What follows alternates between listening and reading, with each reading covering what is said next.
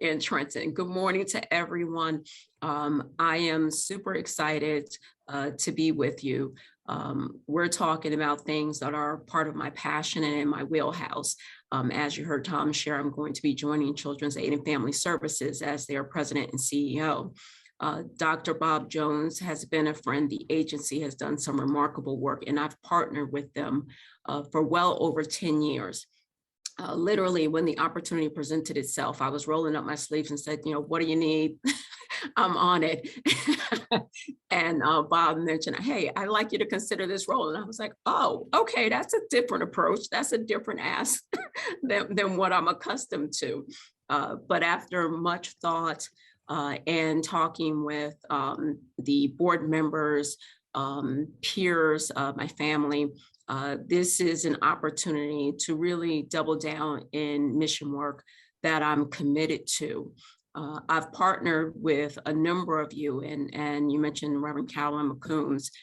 Literally, I remember when she started her program in the city of Patterson, the reunification of families, teaching successful relationships, evidence-based, making sure we're taking care of the most vulnerable has been my life's work. The exciting time, which is unlike any time I've experienced in my adult lifetime of a state with money. It's a different problem to have. Different problem to have. For New Jersey, one of the things I'm most proud of is advocates such as yourself who really amplify the needs of families, the most vulnerable who don't have time to come to Trenton to share their stories and their testimonies about how they're trying to make ends meet, let alone care for a loved one who may have a disability, special needs, need trauma-informed care. They just work and they struggle through it, and they're like the train that could. And when life throws them punches, they pretty much dust themselves off and keep going. So if we can be of assistance, and it's a large population, and what I also like to amplify is that it doesn't know partisan politics when you're caring for a loved one. It's not Democrat, it's not Republican, it's not the Green Party, it's not independent, right? It's your child, it's your spouse, it's your sibling that you're now caring for because your parents have transitioned on, and folks are living longer. So that's a great thing, but we also have to make sure that we have resources. And then when we come to our children who have needs, I was, double down in the space last year with a lot of you when we were in the pandemic, and one of the areas that was looking for a funding cut to save dollars and keep them locked in a safe box was for the school-based youth services. Unfathomable to me.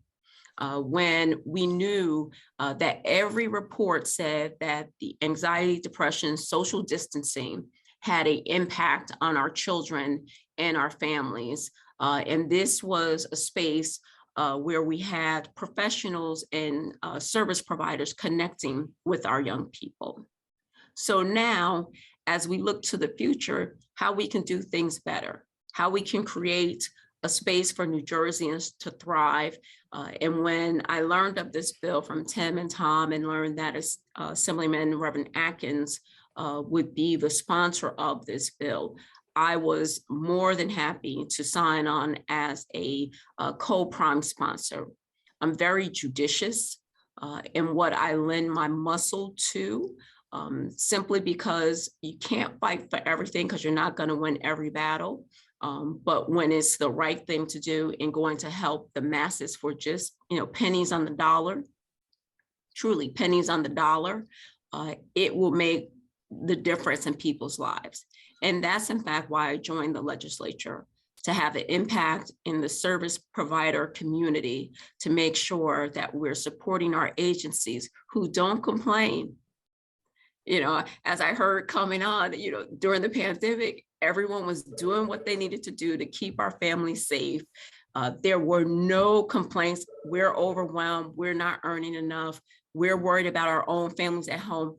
Not one of those complaints surfaced to the top. I didn't get one email saying that. I got an email saying I need PPP.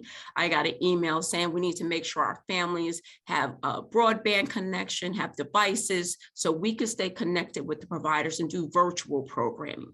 That's commitment. And for that, any day, I will stand shoulder to shoulder with anyone who is really putting themselves out there, putting those testimonies and stories out there. And this piece of legislation is just one of the connectors to make life just a little bit easier with the council that can really support the needs of this very vulnerable population.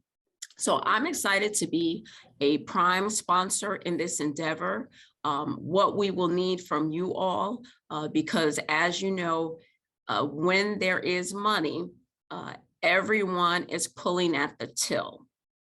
We're trying to be good stewards as we would and as you all have been with your agencies and with your families of the resources, but we need to tell the stories of what the difference this investment would make, right? What impact this council will have for families statewide, not just in one county, but literally every county. So I know we like to be workhorses. I know we like to double down in that space, but what we're going to need is bipartisan telling the story, because when we're asking for money that's associated with these councils, and I think it's the right thing to do, we need to be sure that they know it's one, money planted in good soil, two, that it will have the intellectual skill and professionals who are very much in tune with what the needs are, and three, that is evidence-based. Programs that have measurements and outcomes that are supported.